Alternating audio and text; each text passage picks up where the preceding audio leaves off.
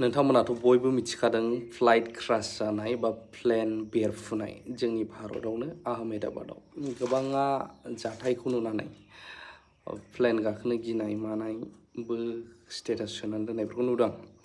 दा माखासे सोर्स आरो रिपर्टनिफ्राय गोबां निउसथ' फैखाबाय।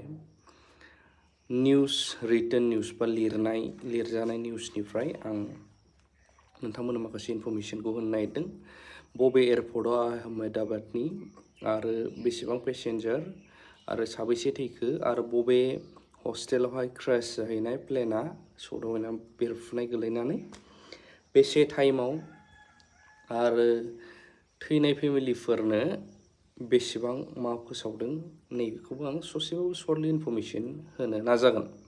दा बेवहाय tragedy in Ahmedabad, Air India, London flight crash after takeoff killing over 290 फोसावदों। माने आहमेदाबादाव एयार इन्डिया जाय लन्डनसिम थांनो गोनांमोन बे क्रेश जानानै बिरहांनायावनो बाग्लायनायाव नङा बिरहांनायावनो टेक अफ 290 सुबुंफोर जिउ खहा आरो बेनिनो सासेया बासिदों होननानै जों दासिमाव इनफरमेशन मोनदों। दा बेखौबो गोबां निउसफोराव सावरायलायनाय जागासिनो दङ जे गासिबो थैजोब्बायब्ला बे बोरै प्लेननिफ्राय माब्ला पुलिस लाबनानै इसिबां सुंद' टाइमाव बोरै बासायखो नैबेखौ आसरित आरो खायफा नंखायबो बुंदों एक्सेट्रा। दा रिपर्ट फैबाय थागोन।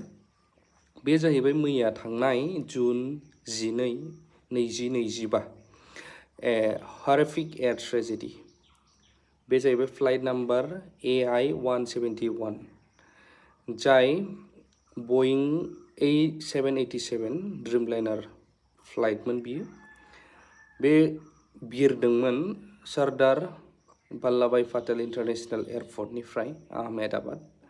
दा बेवहाय टोटेल 230 पेसेन्जार्सफोर आरो 12 क्रू मेम्बार्सफोर दंमोन होननानै जों मिथिनो मोन्दों। दा फ्लाइटआ खैथायाव बिरदोंमोन होनोब्ला टुक अफ 1:38 1:30 रिंगा बेलासिनि ओमफ्राय एन्ड विदिन 30 सेकेन्ड इशू ए मेड डिस्ट्रेस सिगनेल। माने 30 सेकेन्डआवनो फ्लाइटआ बिरनानै जेब्ला 6:25 फिटआव मोनहैयो अब्ला सिगनेल होदोंमोन जाहैदों।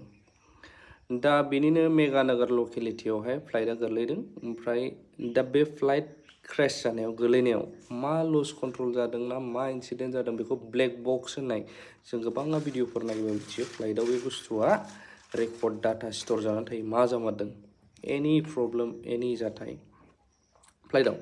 दा बेनिनो डाइरेक्टलि क्रेश जादों BJ medical college doctors hostel किल सेभारेल स्टुडेन्ट एन्ड लकेल रेसिडेन्ट्स इन्स्टेन्टलि। माने BJ मेडिकल कलेज डक्टरफोरनि हस्टेलावहाय बे फ्लाइटआ गोलैहैदों आरो बे हस्टेलाव थाग्रा बिल्डिंआव थाग्रा माखासे सुबुंफ्राबो जिउ खहा जादों।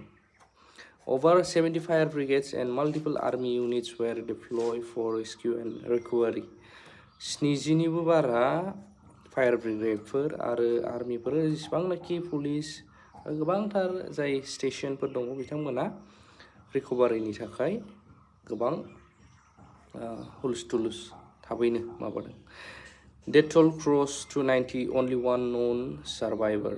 माने 290नि बिसोरो थैजोब्बाय। दा बेनिनो 294 आरो हस्टेलनिबो थैदों आरो सासेल' बासायदों फ्लाइटनिया होननानै बेवहाय मिथिनो मोननाय जादों।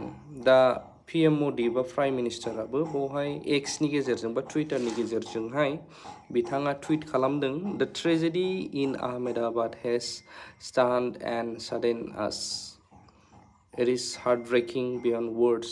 माने रावजोंल' बुङोब्ला गोबां बिखा गावथाव बा गोसोखांथाव नैबे जाथाया ट्रेजेडी जायनाखि जाथाय जाबाय आहमेदाबादाव नैबेखौ बुंदों। Tata Sons and the owner of Air India has माने टाटानि फिसालाफोर आरो एयार इन्डिया कम्पानिनि मालिकफोरा बेवहाय chairman N Chandrasekaran announce a 10 crore relief fund and said Air India working closely with UK United किंगडमजोंहाय खाथियै सोमोन्दो बा खामानि मावनायजों लोगोसे 10 कोटि रां बेखौहाय रिलिफ फान्डआवहाय बिथांमोना एनाउन्स खालामदों। टाटा ग्रुपआ आरो फोसावबावदों जे बेवहाय जायफोर फेमिलि भिक्टिमाइजफोर आरो थैनायफोर government exchange and compensation plan बेवहायबो लिरदों 10 lakhs कम्पेनसेसन टु इच डिकेट Indian passengers family Indian passenger फेमिलिफोरनि थाखाय 10 लाख आरो 50 lakh families for medical students जायफ्रा मेडिकेल स्टुडेन्टफोर थैनांबाय बैसोरनि थाखाय 50 लाख फेमिलियाव होगोन आरो 1 crore insurance cover for crew families जायफ्रा क्रू मेम्बारफोर बिसोरनि थाखाय 1 crore फेमिलिनि थाखाय बेखौ होनो फोसावदों दा बिनिनो निउसखौथ' जों गोबां नुगासिनो दङ